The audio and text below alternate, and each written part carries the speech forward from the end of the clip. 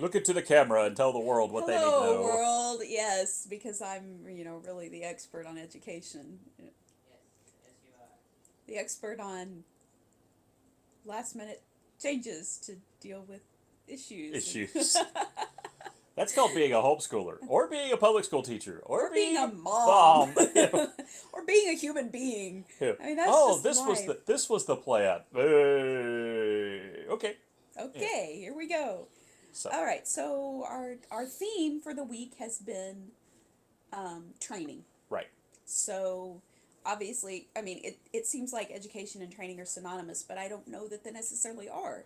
Well, So maybe we look at it that way. What is, you know, how do education and training go together? Um, First, and for all our uneducated people out there, what is the synonym? for all the uneducated people out there, what is the synonym? Yeah, mainly me. a synonym. Son. That's the stuff that you. That's the stuff you put on a roll, and it makes it tasty. Okay, okay. Synonym rolls, like grammar used to make. Yep. Um, What's the difference between we are- education and training? we're not going Focus. to do very well today. Folks, Well, I'm teaching youth tonight. I have to figure out how to keep a train of thought. this is very true. So education and training. Well, and I think that one of the things that we have talked about is that we often cut off education at finishing high school or finishing college. Once you get out of the classroom, Right. so to speak, you're done with education. And I think that because we tend to put education and training synonymously, we miss the fact that there's always training to be done, and often when we're outside of the school classroom, whether it's kids on spring break, on spring or summer break, or adults who have finished formal education, we assume that we don't have to be trained anymore, and therefore we don't have to work at the learning process anymore. And so I think training related to the education process is the idea that not only is there always something more to learn, but guess what? We too walk into a situation sometimes where we have to be taught. Yeah. And we too walk into a situation sometimes where what we have to be taught is not going to be picked up. It's not going to be oh, well, I'm just going to tell you this once and then you've got it. It's going to be a training process, just like with anything else. And I think we touched on that with work yesterday.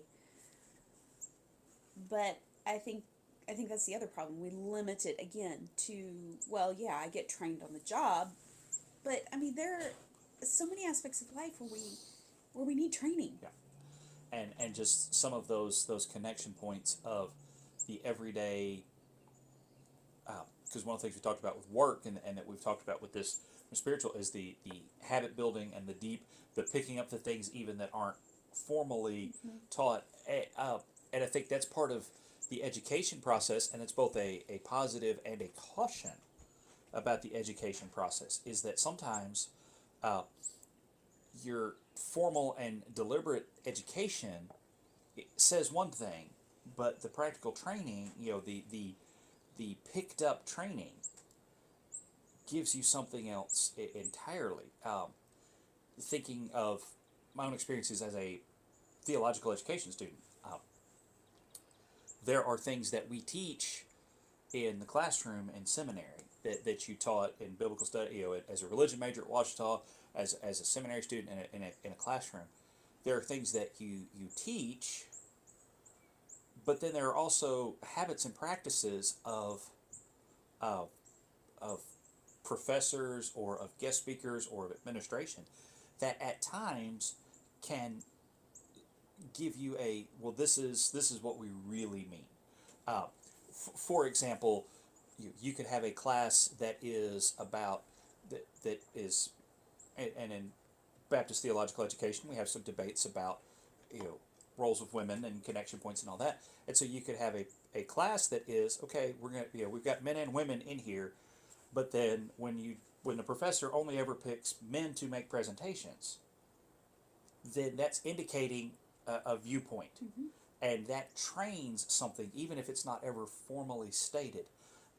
It's the same.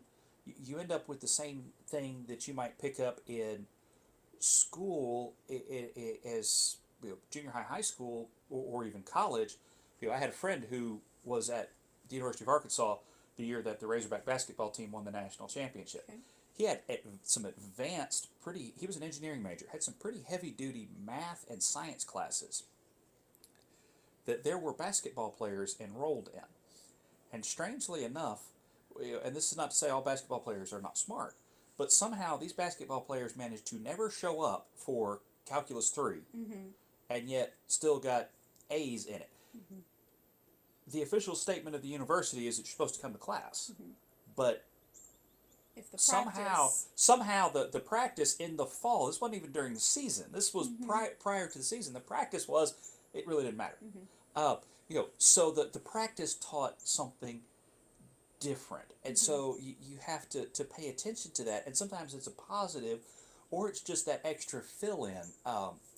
Back to theological education, it may not be formal in like a church history class to talk about, and this is how this applies, but the stories that you fill in.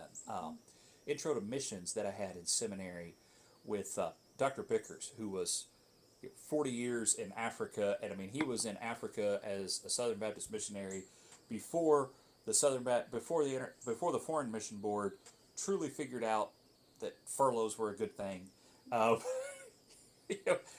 So some of those things, and so there was this list of stuff that was what we were learning in class. But then you just went to class and you just listened to Dr. Bickers tell stories about life, which was fascinating. Sure. Yeah.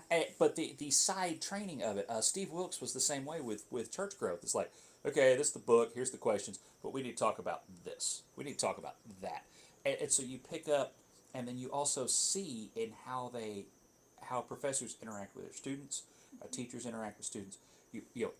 That trains you in certain things. And so you pick up habits. Anyway, it's go ahead. like you were talking about role of women and professors not choosing women to give presentations and that sort of thing. Our oldest is an honor student, and in her department, she was actually one of the ones chosen to be an honors ambassador, who has kind of a subgroup of honor students from her school of studies, speaking of our daughter. And it's Christian studies, and that school claims to empower women to minister. Okay. And they enforce that by selecting a young woman like our daughter to be one of the ambassadors for Christian studies honor students. Both, and she's got both male and female students in her group and that sort of thing. And so it's the reinforcement. This is what it looks like to allow and empower women to not just say, oh yeah, you can come in and study, but to say, oh no, we're going to give you responsibility. To fill that role. And so yeah, it's a practical, what does it look like? Here's what the textbook says, here's what our rules say, here's what it looks like practically. And that's what training really is.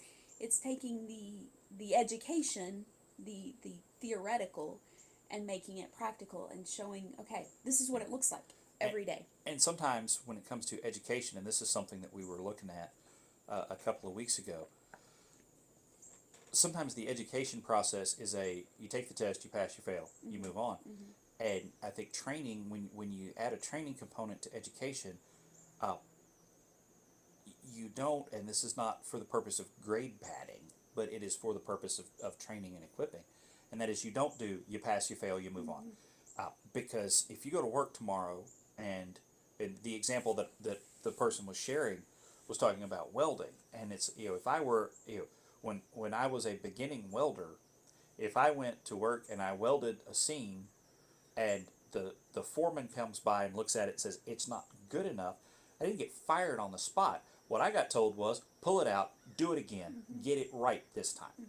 When I managed Chick-fil-A, and we had teenagers where, it was And I mean, we had teenagers like, well, I don't know how to sweep. It's like, okay, you take the broom, you put it on the ground, you do this, and you give them a quick demo. Now go sweep this.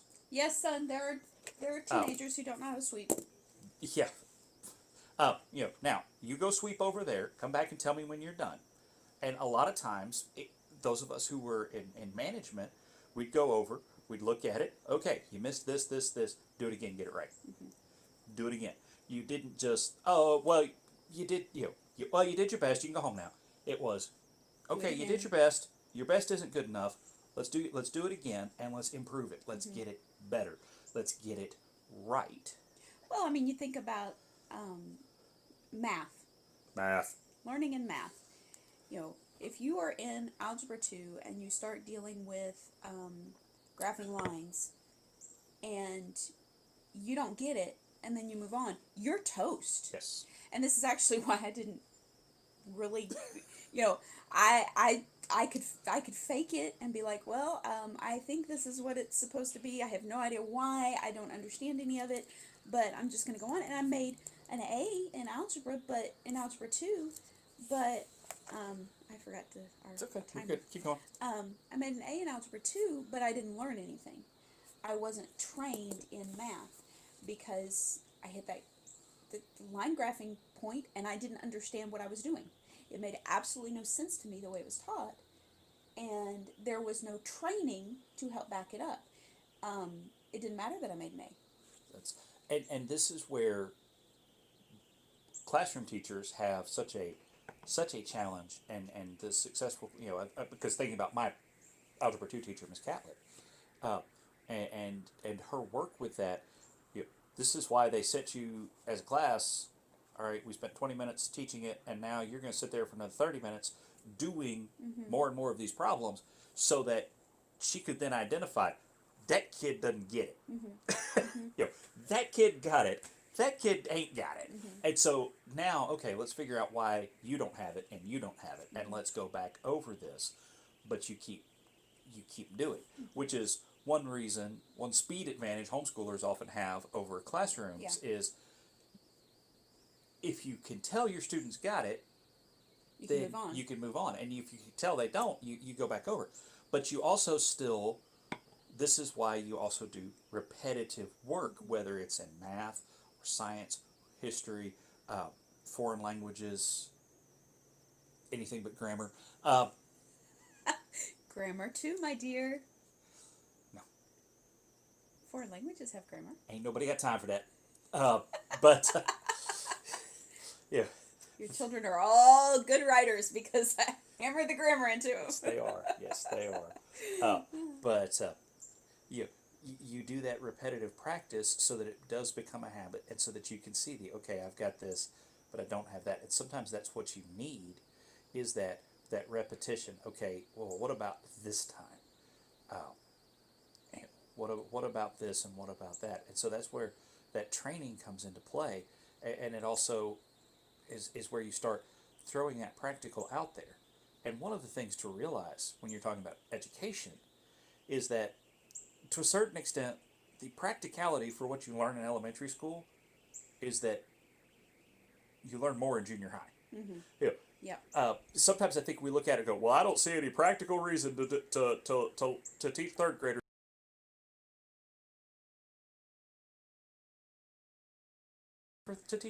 cursive, but it helps train them, to equip them to read stuff later on, to interact with things later on. And so sometimes the practical reason for steps 1, 2, and 3 in education is to prepare you for steps 4, 5, and 6. And everybody's step 6 is not the same, but everybody's 1, 2, and 3 might need to be. So anyway, so that's a kind of the aspect there, and it's that shape and formation. So I suppose we should move on to our psalm now. Probably so. Since I forgot to set the timer. Yeah, we've been at it 15 minutes. We've got a countdown. There's a clock. Got a clock on there. There's a clock. Yeah, Isn't I looked that at cool? when you said that about not setting the timer. I looked at the clock. I was like, oh, we're good for a couple more minutes. Yeah, catch those little things out of the corner of your eye. And sometimes that's the key to looking like you know more than you do, is just notice something. Yeah. Observation. Just notice it. It's really what the whole The whole storyline of Sherlock Holmes was built on was observation and just noticing things that other people missed. You see, but you do not observe. Psalm 123. A song of ascents. Really? Really? Huh. We're in that section. We're in that section. Strangely enough. To you I lift up my eyes, O you who are enthroned in the heavens. As the eyes of servants look to the hand of their master, as the eyes of a maid to the hand of her mistress, so our eyes look to the Lord our God until he has mercy upon us. Have mercy upon us, O Lord, have mercy upon us, for we have had more than enough of contempt. Our soul has had more than its fill of the scorn of those who are at ease, of the contempt of the proud. And that's it. It's just a short one. Father, thank you for this day. Thank you for your mercy. Thank you for your peace. We pray that you'll help us carry it with us throughout the day.